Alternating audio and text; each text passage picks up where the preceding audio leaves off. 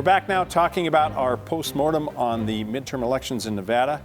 Want to start with the makeup of the legislature as we move into the 80th legislature next year. We have a supermajority in the assembly.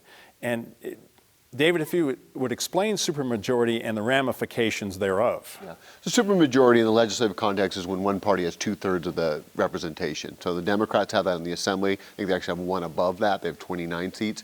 In the Senate, they fell short by about 25 votes in one of the contested Senate elections. So they will not have that in the Senate. But the importance of it is that in Nevada particularly, is it's 2/3 required for the legislature to raise taxes. There. So you need to have 2/3 of the vote. Now, Sisolak has been sort of coy on taxes there. There may be some pressure from his party to do that, but they'll presumably be able to get a tax increase if they propose one through the Assembly. They'll still need to pick up one vote in the Senate there. If it's an opposition party, right, then they would also then have the votes to override any veto of say, a Democratic bill if it was a Republican governor. But I think the dynamics will play a little bit differently here. This, of course, will require the Democrats to be a little more unified than sometimes they are, and that'll be the real challenge. Southern Nevada is obviously better represented in a lot of ways than Northern Nevada is. But for years and years, Senator Bill Rauch from the legendary Bill. The legendary Bill Rauch, he protected Northern Nevada like no other.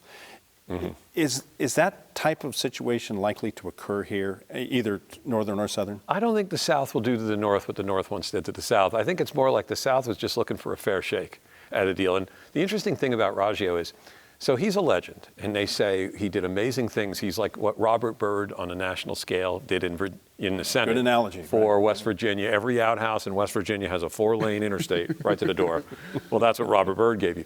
So then we hear things like this. But you know what? It's even Steven in the resources. So I ask people who are Rauch supporters, which is it? Either Rauch is a political genius who overrepresented the North and it secured more of the state's resources, or it's all overblown and he was just an equal, sort of fair-minded guy and the South got its share. I'm guessing the former is correct. And rather than claw any of that back, I think the South is just about to say, whatever privilege you may have had previously, you don't have any more, but nor are you going to be shortchanged on the resources that you would predict be due you based on population and tax share input. The other side of the Rauch is his structural impact, right? We talk about sort of, one for the South, one for the North, which works out great for the North, because you have 25% of the population. But the other thing he did is in a legislature that has limited capacity, only in there every year for 120 days, he made it really difficult to change things. He's the one who pushed the constitutional amendment to create the 120-day session there. A lot of the budgetary processes were his creation, very, very difficult to unwind. So even though you might want to sort of modernize and reform some of this governance in Nevada, his legacy is he made it very tough to do that. And as we were booming, he did that. He cut down bill drafts from the South. So there was a point where this region crossed 1 million in population.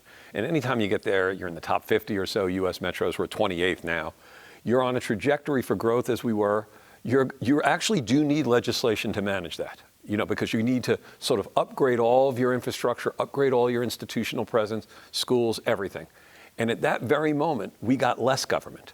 I know people love less government, and less government's great, but there's a point where you're booming, you might need a little bit more government. And right at that point, he took that from us. Demographics. Things are changing throughout the country, throughout the world. Age, gender. How is that factoring into what happened in the midterms, what could happen in 2020 and beyond? Well, and Rob and I have a couple of projects working on this, but what we sort of saw with Trump was he accelerated a lot of those trends, right? And that is what I say is sort of increasing the confluence between race and ethnicity and party, as well as geography, right? That's been a major shift as well. So you have these three things overlapping here. They were going to happen eventually, but I think that Trump and the way his messaging really, really pushed that. And you think about Democrats the other way. They've made a strong, hard push, particularly in the Clinton election, to get out more minority voters. Right, we saw that certainly in Nevada, but you saw them going into Georgia, going into Arizona, states with large, diverse populations there. So we're essentially seeing that sort of divide there. It's been accelerated, I think, under the current president. And what's interesting, in a state like Nevada, people forget that the fastest growing minority is actually Asian. And it's smaller than Latinos, but it's growing faster as a percentage of the state. And there was a time that the Asian vote was kind of up for grabs, under the Bush administration, say the Bush 2 even. What's happened is that the Asian vote is now tilted to the Democrats, not as strongly as Latino or certainly not as much as African American. But it's this booming minority. It's found in many parts of the West, not just California, but a lot of the Californians who move here are Asian or Latino. But it's also in places like Arizona and Colorado. And that's part of the change. It's that you're looking at basically a non-white bloc coalition to start with, and then you're alienating college-educated whites, white women in particular. This pattern is true nationwide. It's especially, accentuated in the case of Nevada. But, anywhere you find that dynamic and you find that it's metropolitan, that people are living at relatively high density, we have a little adage called diversity plus density equal Democrats. When you've got those ingredients of density and diversity, you almost always get Democrats out of the process. And what Nevada has is plenty of density and plenty of diversity. Despite the wide open spaces where people live, it's about 1,000 square miles in this valley out of 109,000 square miles statewide, represents almost 3/4 of the state's population. It all comes down to turnout in any election, of course. And as we ended the Nevada Week, the show, Rob, you talked about Nevada does not have a real good history of turnout in any type of election. Why? Why is that? It's a state full of newcomers. And sometimes you're not as invested in community as a newcomer. You're still trying to get your cable hooked up. Hopefully you're watching this show. So there's this, and there's a history in the West and in the Southwest of, it wasn't the most civically minded part of the country. It's not Minnesota where everybody shows up midwinter in a meeting or a town hall in New England. So it didn't have that tradition.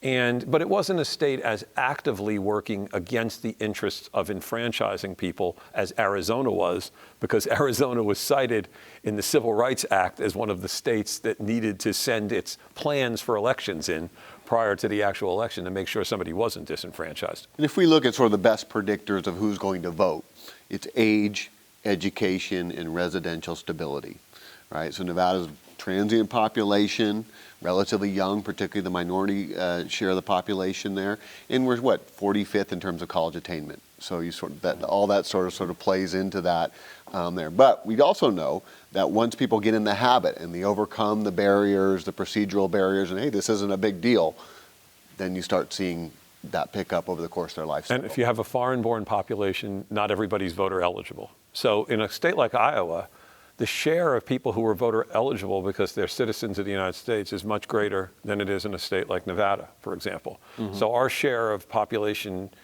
that can actually vote in the first place is lower. Now, this shift isn't exclusive to Nevada, isn't it? Does this permeate throughout the entire nation? Mm-hmm. Oh, yeah, absolutely. And how do the parties, Georgia, and I want to touch on voter fraud in a second here. How do the parties deal with these changing situations, the changing landscape? Well, they got to adapt or they die, right? We talked about Reed on the show, but one of his geniuses was seeing the future, right? A lot of Democrats don't invest in Latinos, are not going to vote, so on and so forth, knowing where the state was going to be 10 years from when he took over as Senate Majority Leader to where it is now. In laying that groundwork there, getting the early caucuses here, his own reelection, building and doing this outreach there, it's paid off for them, right? A lot of states are playing catch up. Arizona's one where they got to do a lot of catch up. Texas, right? Those are states where there's been no investment. No, they're not going to vote. We're not going to bother with that. So very, very forward sort of thinking as to what the future would look like. The Nevada Democrats adapted. Republicans have not anywhere. And the Democrats in some of these other states need to sort of pick it up. In 2012, when Romney lost, there was a postmortem on that election. And, famously, the Republicans said, look, we got to have to do better with minority voters. We're going to have to do better with women.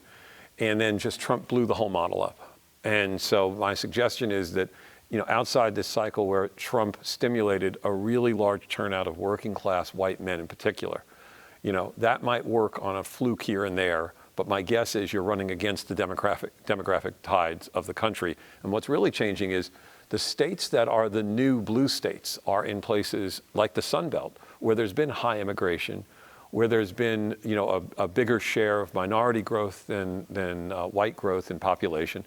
And so from Georgia all the way, North Carolina, all the way to the southern Mountain West, you see the same pattern. The Republicans have regained states like Missouri that used to be a bellwether because it's mostly white. There's a very large rural population. Those politics are appealing now. They just lost, we lost a Senate seat there. Look at where we lost the Senate seats. Wherever we lost the Senate seat, Trump has to be feeling pretty comfortable. I think in answer to your question, you even see a state like Kansas where the suburbs rebelled in Kansas, right? Elected a House member there, Chris Kobach. No one expected him to lose.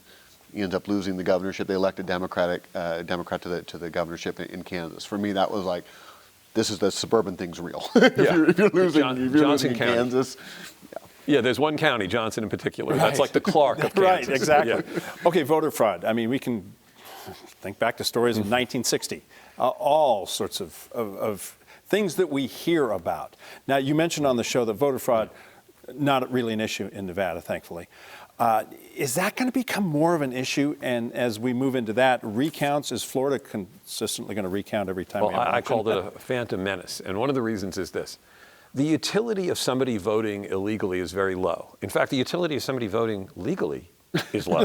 That's our problem. Unfortunately, right. And the truth is that if you're not supposed to be in the country, if you're undocumented, and you show up and you do something like this, you're going to get tossed out. So the risk of exposure, the idea that somebody thinks they can do that multiple times, every time you did that, if it's not only are supposedly illegal immigrants voting, they're also voting so many times that they're changing the outcomes of elections. And by the way, the allegation was that was in California. You had California for the Democrats at hello. The white people in California vote for the Democrats. So it's, but the bigger problem is if somebody says it's a menace and then they start creating policy around it, the bigger impact is voter disenfranchisement because you create barriers of entry into the voting process that are so high that you push some population that's not traditionally been voting out. And it's become a partisan issue, unfortunately, right? You see this, yes, it has. In what you saw in Nevada, right? And a lot of the blue states are now pushing for more access. So we're going to have now automatic voter registration that passed, right? You saw the push for more getting redistricting out of the hands of politicians. So I think the voters in the abstract are sort of wise that the game's kind of rigged here, and if we can make the process more transparent, more open, I think most people support it.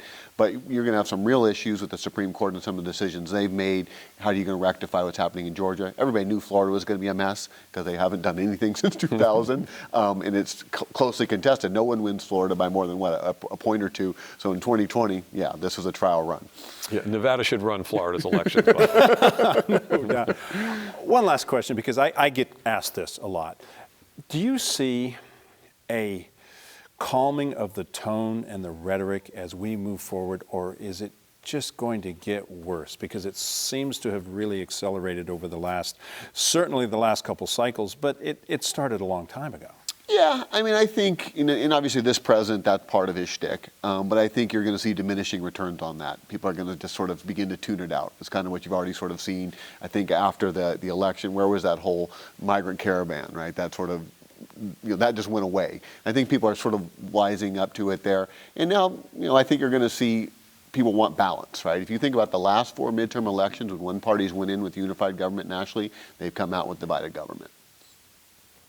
Very good point. And there's, folks like Romney, who has the rare case of being a governor in one state and now a senator in another. Right. And, he re-enters this political process, having been the national candidate for the Republican ticket not all that long ago. If Romney and other fellow Republican senators see Trump waver, I think you'll start to see a sort of fast cascade towards a different kind of politics. And Romney's politics are much calmer than Mr. Trump's politics. And so that would be very helpful, I think, to the Republicans. Will a majority in the House, Democrat majority in the House, cause a waiver? It's up to the Democrats at how they want to proceed. The smart play there is to pursue on one track sort of, the regulatory part of the presidency, making sure that this is all sort of up to snuff. And the concern is, of course, it hasn't been. But they also have to look like they're trying to work on legislation, or you can run against them in 20 and say, we gave them the keys and look what they did. They did nothing but mini Watergates all over us. How useful was that? Wouldn't it be more productive if they were engaged in bipartisan politics? So the Democrats have to do both. They have to do two things at once. And my guess is they'll probably be able to do that. Well, we will see. And as you've already promised, we will see both of you gentlemen back here on this program probably sooner than later, because it's just getting more and more interesting. Thank you very much. Thanks for having us. Thank you.